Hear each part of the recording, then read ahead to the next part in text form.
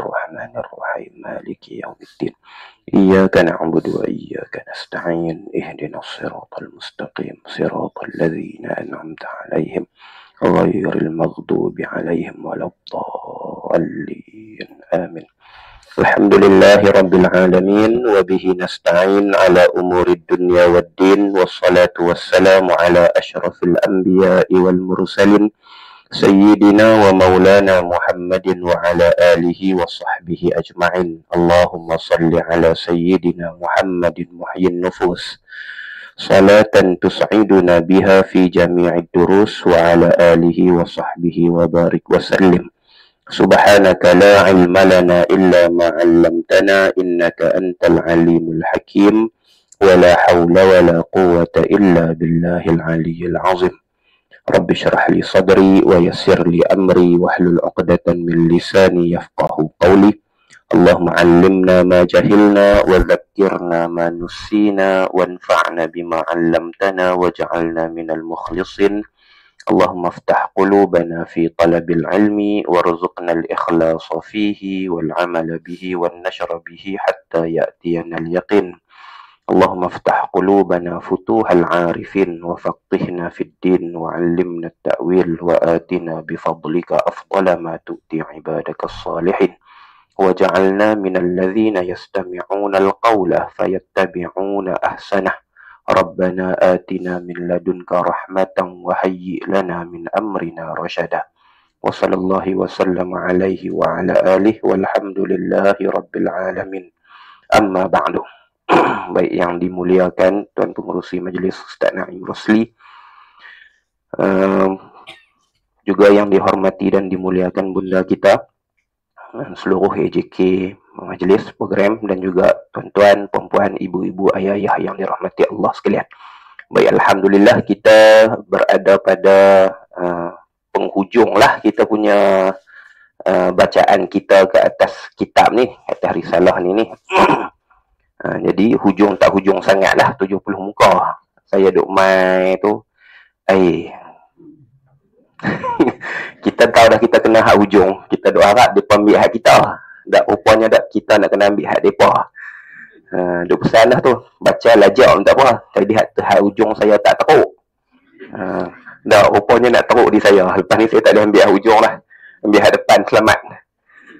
Ya tak apalah, insyaAllah kita cuba ambil sedikit sebanyak daripada apa yang ada dalam risalah ni, atas kitab ni. InsyaAllah bahasanya telah dimudahkan. Asalnya kalau tuan-tuan tengok di buku surat depan kitab tu, kita sertakan dengan tulisan asal ataupun manuskrip tulisan tangan Tuan Guru sendiri. Saya bukan pengarang lah. Semalam saya dengar Ustaz Hadi duk sebut saya penulis. Tak, saya bukan penulis kitab ni. Saya menyalin semula daripada manuskrip asal. Ke surat depan tu dia ada, kami sertakan manuskrip asal tu.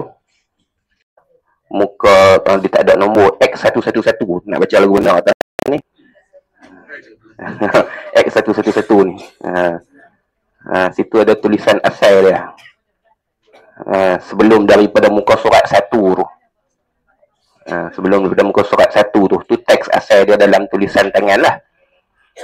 Tulisan tangan tu, kita yang hari-hari main dengan tulisan Jawi ni pun kadang-kadang tak boleh baca.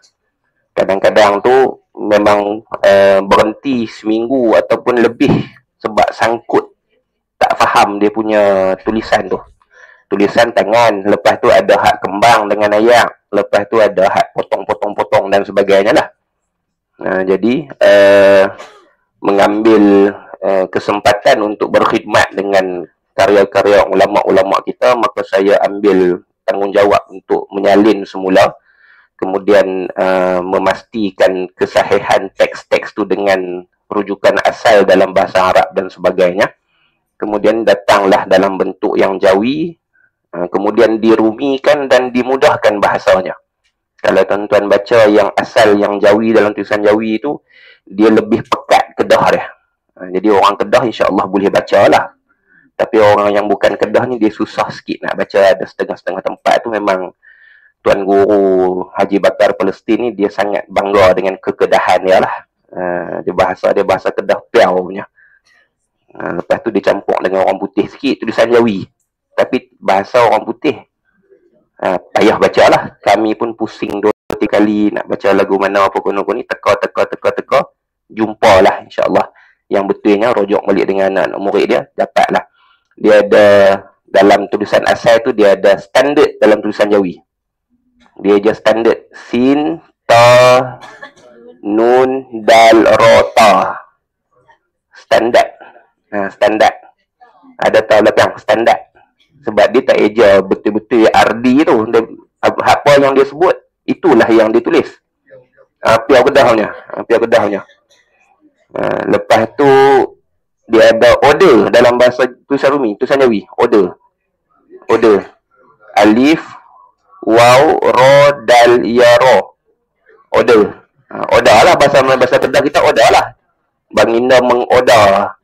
Siapa-siapa Allah Ta'ala order buruk mai ke baginda, ditulis macam tu sebiji. Jadi Kedah lah, memang Kedah betul lah. Jadi kalau tulisan hak Jawi ni, orang Kedah tu dia boleh baca lah. Tapi orang Kedah yang biasa dengan bahasa lama.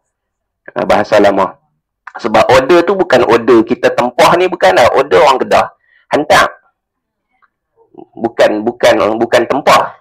Bukan pesan, dia hantar. Allah mengorder buruk kepada baginda. Hantar. Orang Kedah tu. Order pergi sana. Hantar pergi sana lah maksudnya. Dia order tu. Tu antara kenangan manis ketika dalam usaha mengeluarkan semula risalah ni dalam bentuk yang boleh dibaca, yang orang boleh ambil manfaat semualah. Tu antara dia punya perkara-perkara yang terpaksa dihadapi ketika cuba untuk memperelokkan dan menyediakan kitab sampai ke tahap orang boleh baca lah ni lah, alhamdulillah. Kemudian dirumikan dan diubah bahasanya kepada bahasa laras yang lebih mudah macam yang dalam kitab kita sekarang ni. Dan insya-Allah boleh baca belakang. Boleh baca tu yang guru-guru kita sebelum ni pun dia baca sikit-sikit lagu tu ya, sebab insya-Allah boleh baca sendiri. Insya-Allah boleh baca pelan-pelan tu sendiri. Baik. Maka insya-Allah hari ni kita sambung tempat berhenti semalam. Walaupun saya punya slot tu kalau ikut muka surat 100 berapa tau. 100 lebih lah. Tapi kita mula pada muka surat 105, sambung yang Ustaz Hadi tinggal semalam. Sambung yang Ustaz Hadi tinggal semalam. Lepas tu nak pergi sampai ke muka surat berapa tu kita tengok sekali lagi. InsyaAllah.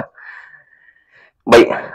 Qala al-muallif rahimahullahu ta'ala, nafa'ana Allahu bihi wa bi'ulumihi wa barakatihi wa ulumi masyayikhina wa barakatihi fid daraini amin ya rabbal alamin. Muka surat 105, mukjizat junjungan kita sallallahu alaihi wa alihi wasallam.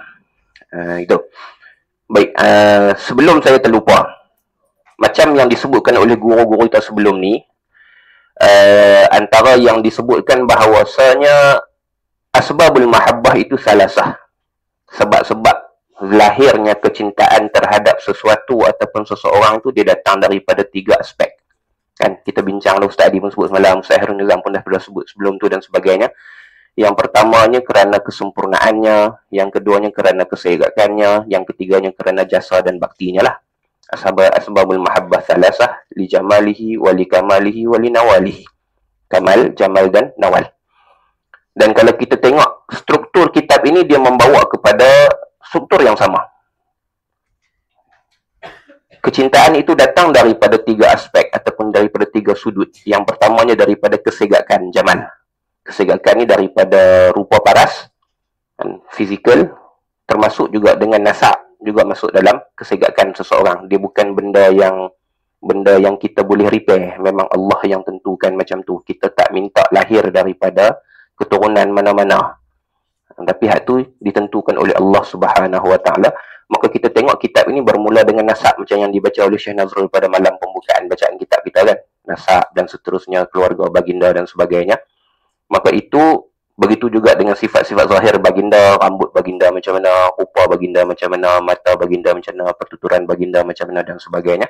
Itu merupakan jamal baginda. Maka itu pun dah cukup untuk melahirkan rasa kecintaan kita kepada baginda Nabi SAW. Sebab manusia memang dijadikan oleh Allah Subhanahu Wa Taala sukakan perkara yang indah. Kan? Muslimat dengan mah, perak, batu permata, cincin pun semuanya lah. Orang lelaki ni, dia cara orang lelaki lah, ambil duit dia, dia punya kereta dia punya macam-macam lah. Hak suka mancing, dia punya joran dia dan sebagainya. Dia punya, kita tertarik dengan perkara yang cantik, yang berkualiti dan sebagainya. Maka kecantikan manusia itu datang daripada nasabnya, datang daripada keturunannya, datang daripada keluarganya, datang daripada sifat peribadi fizikal seseorang. Kemudian seterusnya dibawa kepada kesempurnaan baginda sallallahu alaihi wasallam, kamali Nabi sallallahu alaihi wasallam. Ini sifat-sifat batinnya. Sabarnya, zuhudnya, keberaniannya, kasih sayangnya, kecintaannya kepada umat dan sebagainya. Maka itu pun kalau tak cukup lagi yang satu tadi ni, yang ni pun dah cukup. Setiap satu daripada sebab-sebab mahabbah itu, satu tu dah cukup untuk kita mengasihi seseorang ataupun menyukai sesuatu. Maka dengan sifat-sifat baginda sallallahu alaihi wasallam, kasih sayangnya dan sebagainya, kita benda pertama bila disebutkan ataupun orang tanya kita tentang Nabi sallallahu alaihi wasallam, biasanya benda pertama yang kita akan sebut ataupun benda pertama yang kita akan ingat ialah kasih sayang baginda kepada umat. Kita jarang nak cerita pasal Nabi berani, kita jarang nak cerita pasal Nabi dermawan, kita jarang nak cerita pasal Nabi bijak. Biasanya kita akan sebut Nabi sebagai orang yang sayangkan umat, orang yang bersifat dengan rahim dengan umatnya. Maka itu merupakan sesuai dengan apa yang Allah sebut dalam Quran lah. Allah utuskan Nabi sebagai rahmat bagi sekalian alam. Maka itu antara benda-benda pertama yang kita akan terlintah bila orang tanya tentang Nabi kepada kita. Nabi orang yang kasihkan umatnya, Nabi orang yang sayangkan umatnya, Nabi orang yang cintakan umatnya dan sebagainya. Maka itu pun merupakan salah satu daripada isi kandungan dalam risalah kita ni, dalam kitab kita ini. Kemudian yang ketiganya, sebab mahabbah itu ialah nawal ataupun pemberian jasa, bakti dan juga budi baginda.